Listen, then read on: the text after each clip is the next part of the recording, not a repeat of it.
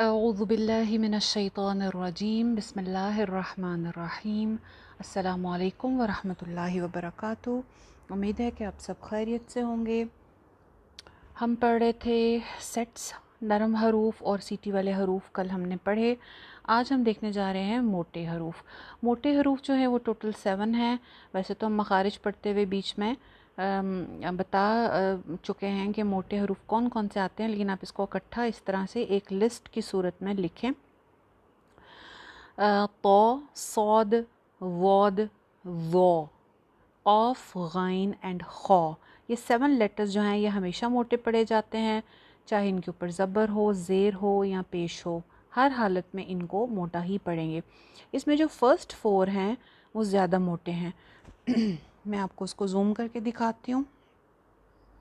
یہ دیکھیے، یہ جو پہلے 4 حروف ہیں یہ زیادہ موٹے کیوں ہیں؟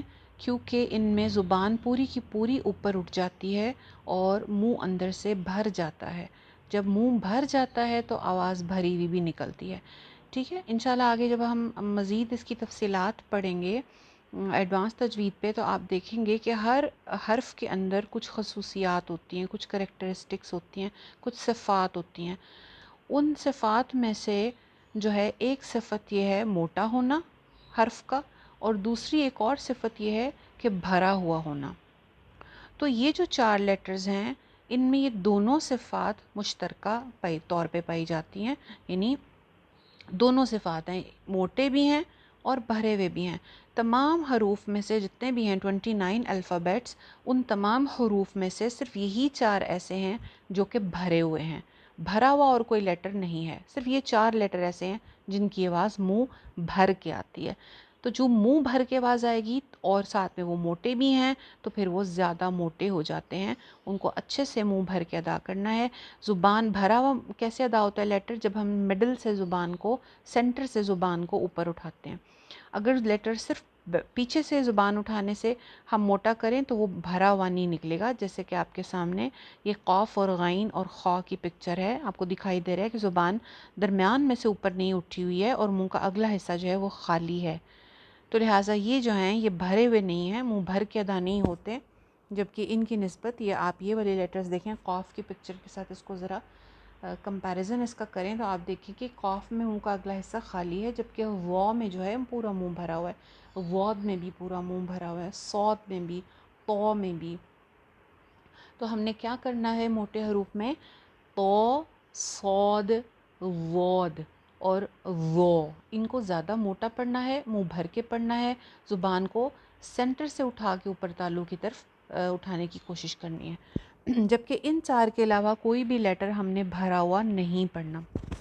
اگر کوئی قاف کو بھرا ہوا پڑھتا ہے قوف، تو وہ غلط پڑھ رہا ہے۔ ٹھیک ہے، آپ کہہ سکتے ہیں کہ یہ قاف کی آواز جو ہے یہ کھلے ہوئے منہ سے آتی ہے، یہ منہ بھر کے نہیں آتی ہے۔ اسی طرح غین اور خا، یہ بھی جو ہیں یہ اتنے موٹے نہیں ہیں، موٹے ہیں لیکن اتنے موٹے نہیں ہیں۔ ان سب کے لاسٹ میں آپ جو اپنی لسٹ بنائیں گے تو بریکٹ میں آپ را بھی لکھ سکتے ہیں، کیونکہ را کے بارے میں نے پہلے بھی بتایا کہ را زبر اور پیش کی صورت میں موٹا ہوتا ہے، تو آپ وہ لاسٹ میں ایک بریکٹ کے اندر لکھ لیں۔ ویسے تو را موٹے حروف کی لسٹ میں نہیں ہے، لیکن آپ کے مائنڈ میں یہ بات رہ جائے گی اس طرح سے کہ را کو بھی موٹا پڑھنا ہے جب کبھی اس کے اوپر زبر یا پیش ہوگی۔ تو ان 7 لیٹرز کو اچھے سے آپ نے جو ہے وہ یاد کرنا ہے۔ ٹھیک ہے، طا، صاد، ضاد، ظا، قاف، غین، خا، طا، صاد، ضاد، ظا، قاف، غین، خا۔ اور آپ اس کو اس طرح سے بھی یاد کر سکتے ہیں کہ صاد، ضاد، طا، ظا، کیونکہ جو صاد، ضاد، طا، ظا والی کیا کہنا چاہیے ترتیب ہے، یہ ویسے بھی قاعدے میں اسی طرح دی ہوئی ہے نا، مطلب جو الفابیٹس کی جو ترتیب ہے اس میں صاد، ضاد اور پھر طا، ظا آتے ہیں۔ تو کچھ لوگوں کو وہ والی ترتیب آسان لگتی ہے، صاد، ضاد، طا، ظا والی، اور کچھ لوگوں کو طا، صاد، ضاد، ظا والی ترتیب آسان لگتی ہے۔ تو آپ کو جو بھی ترتیب آسان لگے آپ اس طرح سے ان کو لکھ لیں اور ان کو اچھے سے یاد کر لیں، اور جہاں کہیں بھی یہ نظر آئیں گے آگے ہم نے ان کو موٹا ہی پڑھنا ہے۔ ٹھیک ہے، اس کے بعد پھر آ جاتے ہیں ملتی جلتی آوازوں والے حروف، جو کہ آپ پہلے بھی پڑھ چکے ہیں۔ آپ پڑھ چکے ہیں تا کی آواز باریک ہے، تو کی آواز موٹی ہے، جبکہ دونوں سیم جگہ سے نکلتے ہیں، اوپر والے دو دانتوں کے کنارے سے. تو یہ ملتی جلتی آوازوں والے حروف جیسے میں نے پہلے بھی کہا تھا امپورٹنٹ ہوتے ہیں، کیونکہ ان کی تبدیلی سے معنی بدل جائے گا. اب تا سے کوئی لیٹر لکھا ہوا ہے تو اس کا مطلب کچھ اور ہے. تین جیسے میں نے پہلے بھی بتایا تھا، وہ تین والزیتون، وہ تا سے تین جو ہے یہ انجیر کو کہتے ہیں. اور اگر طا سے توین ہے تو اس کا مطلب مٹی ہے، تو وہ مطلب بدل جاتا ہے. اسی طرح ہا اور ہا، ہا جو ہے یہ نارمل سا ہا، گول دو چشمی ہا جو کہ ہم اردو میں بولتے ہیں، اور ہا درمیان حلق سے. اسی طرح قوف اور کاف، قوف موٹا ہے، قلب جس کو کہتے ہیں قلوب، اور کاف سے اگر قلب کہیں تو اس کا معنی ہوتا ہے کتا، تو وہ موٹے، اور اس میں آپ نے فرق رکھنا ہے. اسی طرح سا، سین اور صاد، ان کا مخرج بھی کیونکہ بہت سملر ہیں، اردو میں ہم ان میں کوئی ڈفرینشیٹ نہیں کرتے، لیکن عربک میں ہم نے ان میں فرق رکھنا ہے. سا کا جو ہے مخرج اوپر والے دو دانتوں کا کنارہ ہے، اس میں سیٹی کی آواز نہیں آتی. سین جو ہے وہ سیٹی والا حرف ہے، وہ نیچے کے دو دانتوں پہ رلائے کرتے ہوئے سیٹی کے ساتھ پڑھنا ہے. اور جبکہ صاد بھی سیٹی والا ہی حرف ہے، لیکن سین باریک تھا، صاد جو ہے یہ موٹا ہے. تو سا، سین اور صاد، اس طرح سے ان کو آپ نے اچھے سے سمجھنا ہے، یاد کرنا ہے. آپ یہ سیٹس بنا کر اپنے پاس لکھ بھی سکتے ہیں کہ ملتی جلتی آوازوں والے حروف جو ہیں وہ یہ ہیں.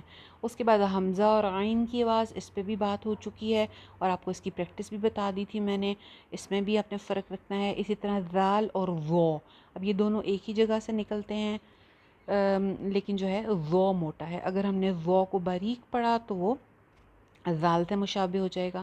تو ذال سے جو معنی ہے ورڈ کا وہ اور ہے، اور وا سے معنی اور ہے. اسی طرح زا اور واد، ان کی آوازیں بھی کچھ لوگ سملر کر دیتے ہیں. واد کا مخرج آپ تفصیل سے پڑھ چکے کہ زبان کی جو کروٹیں ہیں وہ اوپر والی داڑھوں سے لگانی ہیں، تو آپ نے صرف مخرج کو فالو کرنا ہے اور زبان کی نوک کو استعمال نہیں کرنا. جبکہ زا جو ہے یہ سیٹی والا حرف ہے اور اس میں زبان نیچے والے دو دانتوں کے کنارے پہ لگے گی. ٹھیک ہے جی، آج کے لیے اتنا کافی ہے. السلام علیکم ورحمۃ اللہ وبرکاتہ.